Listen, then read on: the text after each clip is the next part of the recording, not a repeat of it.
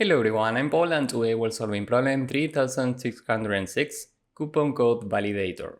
This is easy and the solution to solve it is pretty straightforward, so let's start. We are given three arrays of length n representing different information from different coupons. The arrays are code, business line, and is active. For example, if we take index 1, the code is empty. The business line is grocery and is active is true. Now, a coupon is valid if we meet these conditions. The code has to be non-empty and contain only alphanumeric characters, meaning characters from A to C in lowercase and uppercase, digits from 0 to 9, and underscores. For example, this is valid, this is not valid because this is an empty string, this is valid, and this is not valid because here we have an at which is not in within the valid characters. So this is not valid. The corresponding business line has to be in one of these four categories: electronics, grocery, pharmacy, and restaurant. Here every category is valid. And is active for the corresponding coupon has to be true. In this case, every coupon is true. So for this example, we have four coupons in total. These are the indices. We know that index 1 and index 3 are not valid.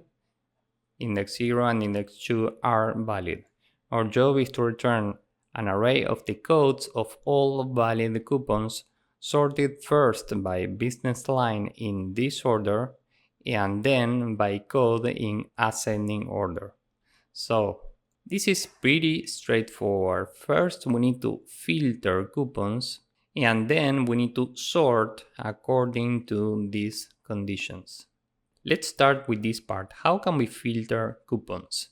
Well, we can iterate every coupon index from 0 to n, and every time we are checking if we meet the conditions for a valid coupon. And if we do, we can store in an array with two elements. These elements are the code and the business line for the valid coupon. And we are storing an array with these two elements because then in this part, in the sorting part, we need to use codes and business lines. So we need these two elements. For example, we know that coupon number 0 is valid. So we are storing in this array an array with the code save20 and the business line restaurant.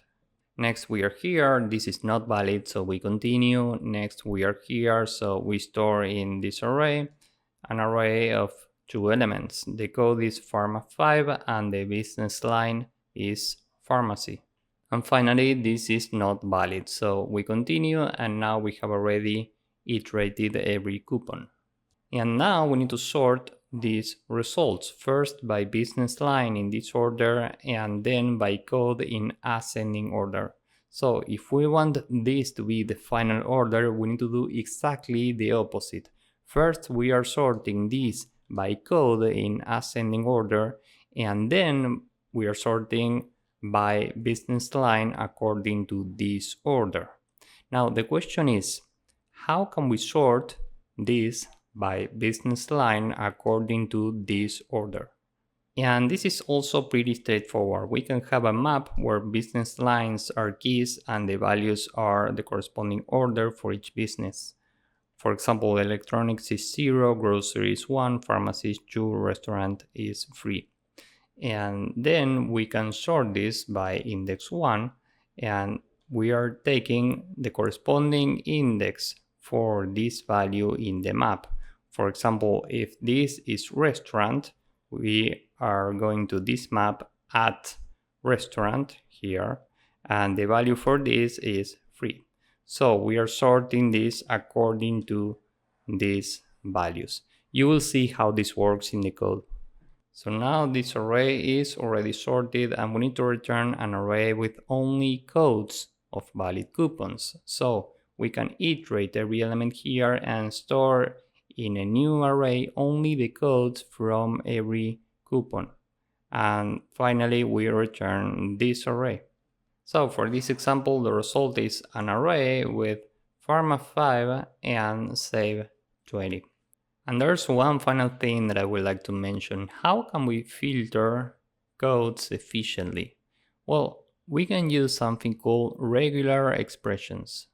And here we have all the information we need for our regular expression. For each of these strings, we are looking for one or more characters, which include letters from A to C. This is lowercase, and we also need uppercase letters from A to C, numbers or underscores. So this is our regular expression. And in Python, we have a method to check if a string has a full match with this pattern. This method is called full match. Here the first element is the pattern and the second element is the corresponding string. So if this returns anything other than none, this means that we have a full match. And in this case, we have a valid code.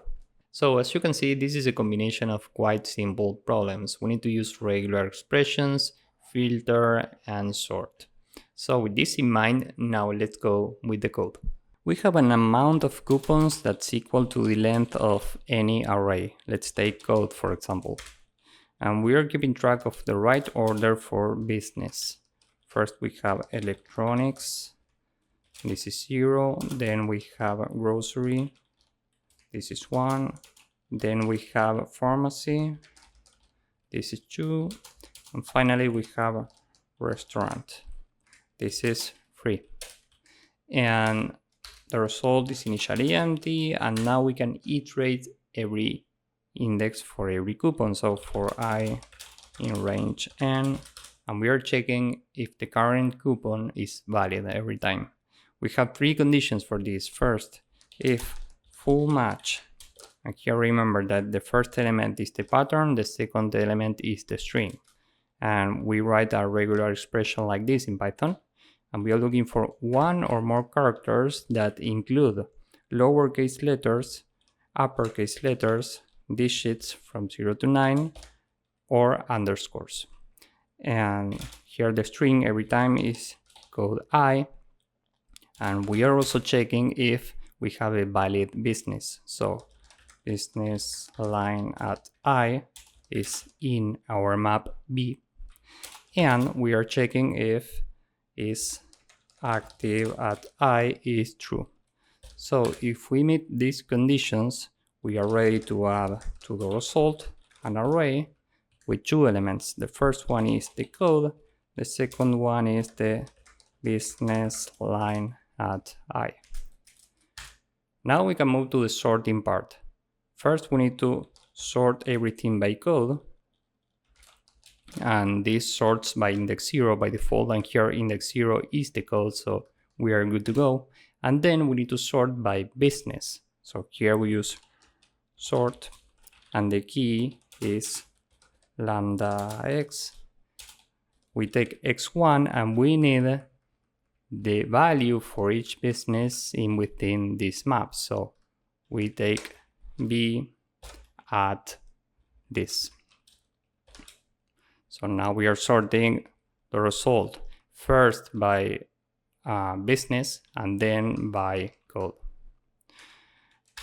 And now we need to process the final result. We will call this out for output. This is an empty array. And for a b in result out.append a. And finally we return out. So we are adding the corresponding code for every result to the output, and finally we return this. So let's submit this. As you can see, this works and it's very efficient. Here time complexity is big O of n log n, which is given mostly by sorting coupons, and space complexity is big O of n. So if you found this useful, please drop a like, subscribe, and see you in the next one. Bye bye.